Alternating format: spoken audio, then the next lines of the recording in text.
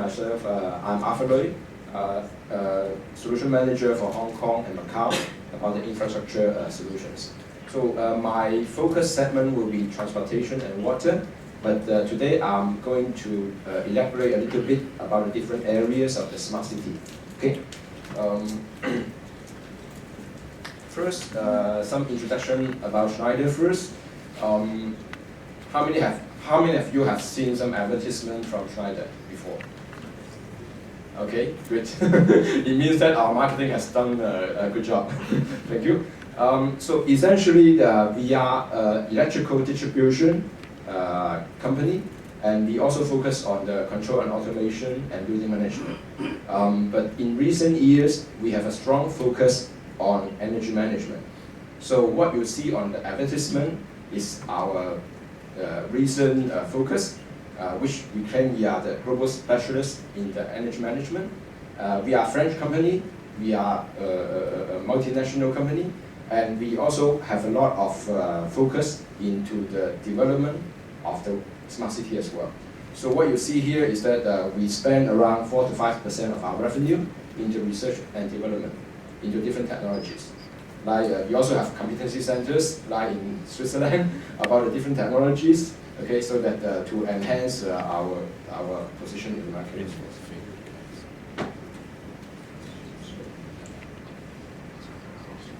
Okay, so let me give you an overview about our concept of smart city. So we have 5 different areas, which they are all interlinked. So we cannot really separate them as a standalone system. So we have energy, mobility, water, public service, and buildings. So why all of them are linked together? So just some common examples, like if you see if you have a water pipe burst in the street, so that will of course affect the transportation.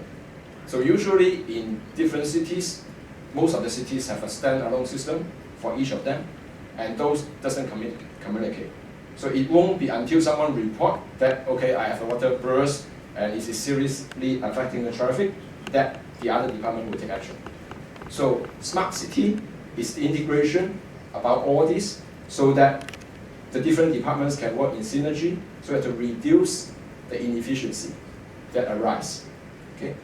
So another example is that for the buildings and smart grid, like the energy. So like Hong Kong is mostly consists of buildings.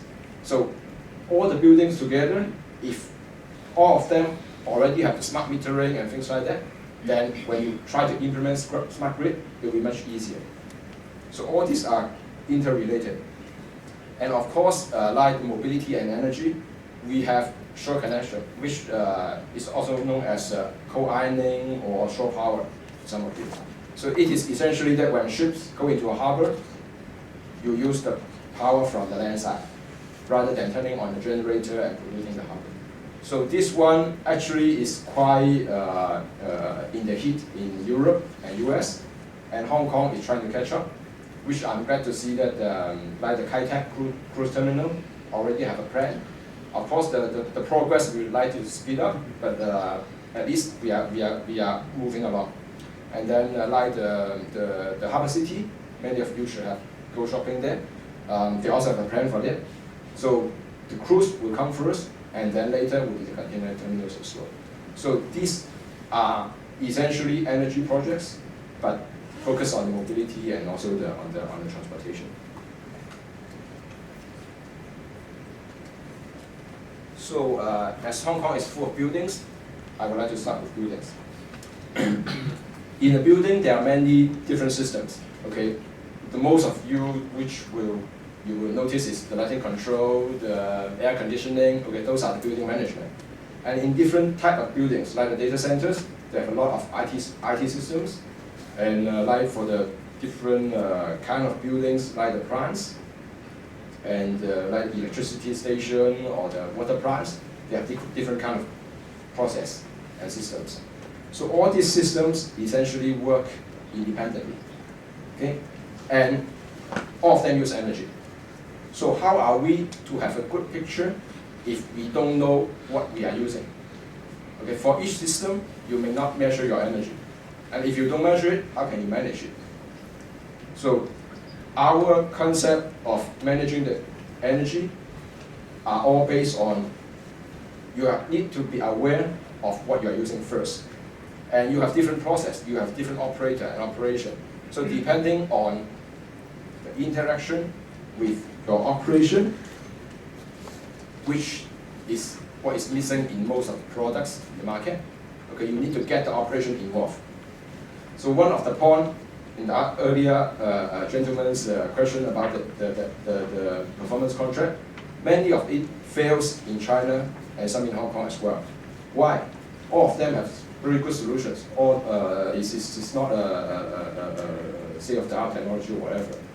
It is that you don't communicate enough with the operator, and the operator is on a separate agenda.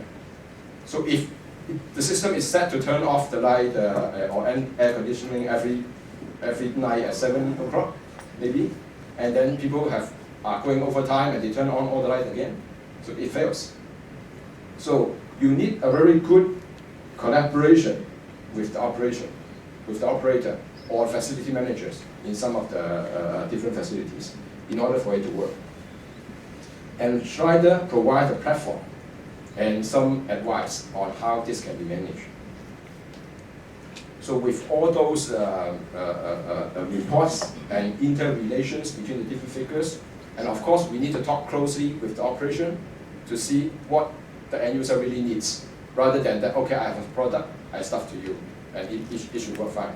So in solutions and in energy efficiency, it doesn't work like that. Okay.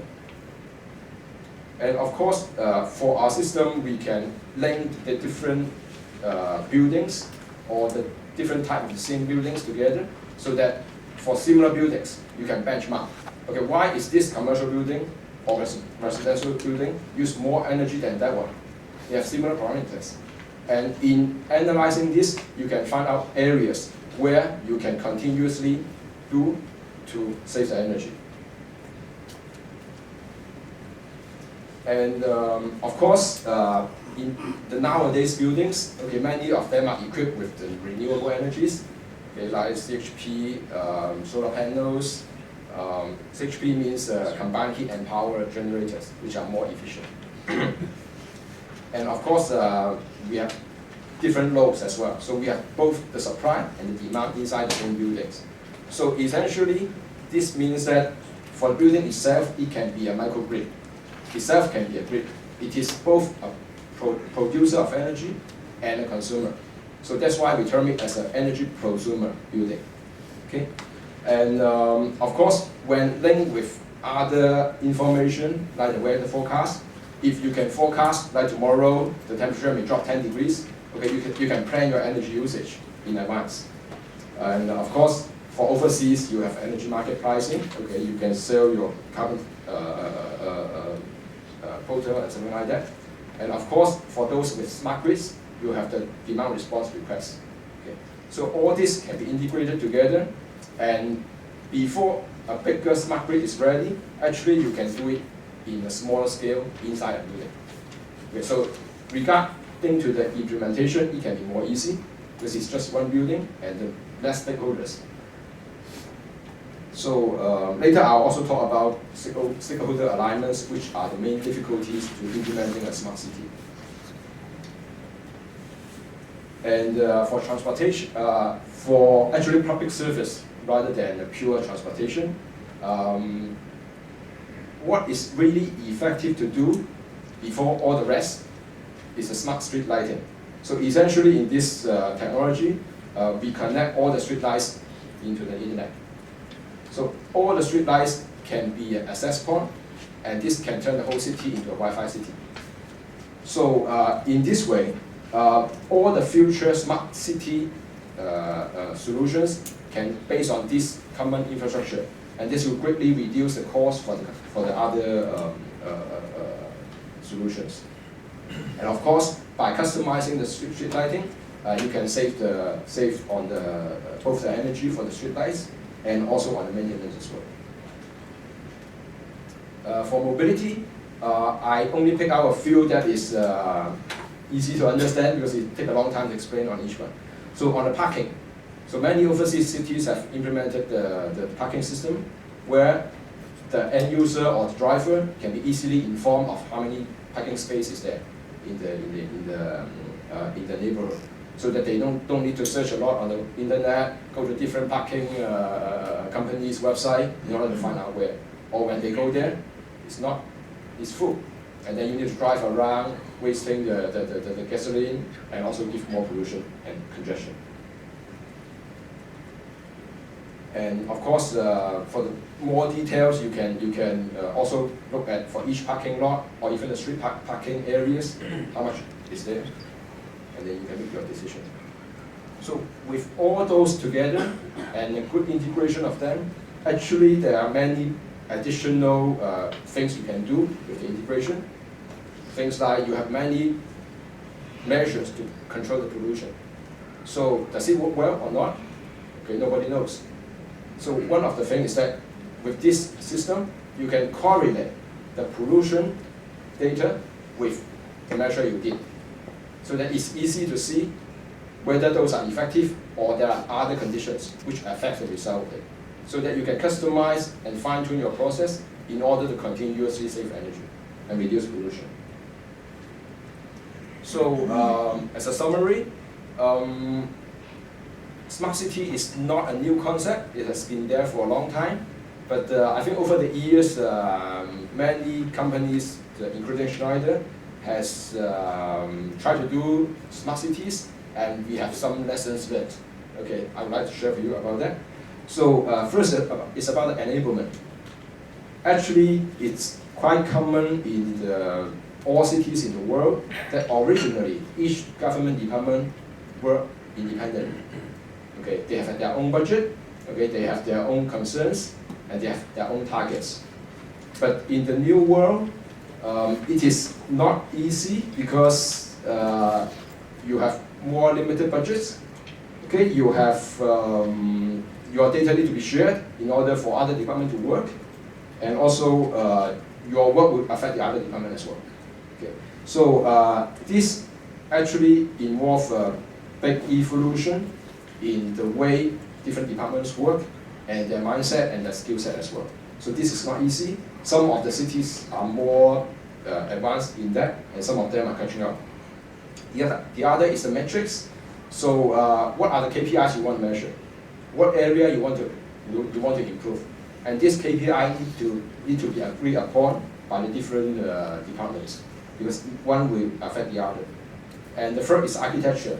In the old days, each supplier has a proprietary system that doesn't work with each other. So by itself, it cannot work.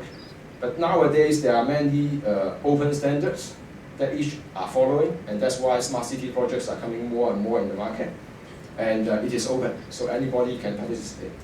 And frankly speaking, in smart city, no one company can do it all, because there are so many different expertise involved, different stakeholders, so we need a very close collaboration, both in the industry and with the government, and with the NGO and other organizations as well.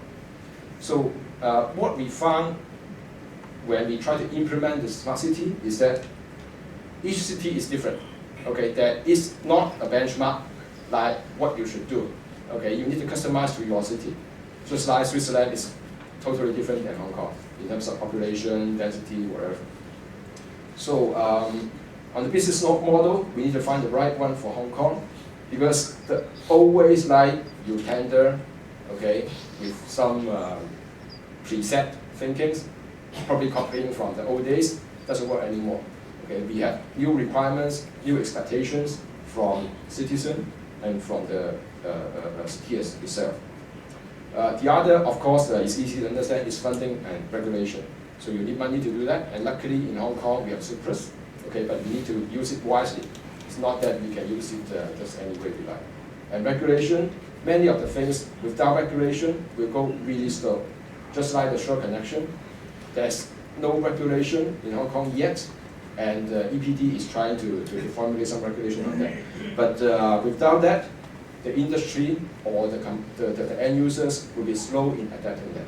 Okay. So these are the main issues that are concerned when implementing a smart city. So in summary, of course, the citizens need to be the center. What we all do is to serve the citizen. And we need the government to be the leader and technology as the enabler. And technology is there, okay? And of course, you need different partners with the different competencies. And Schneider is one of them. Okay. Thank you.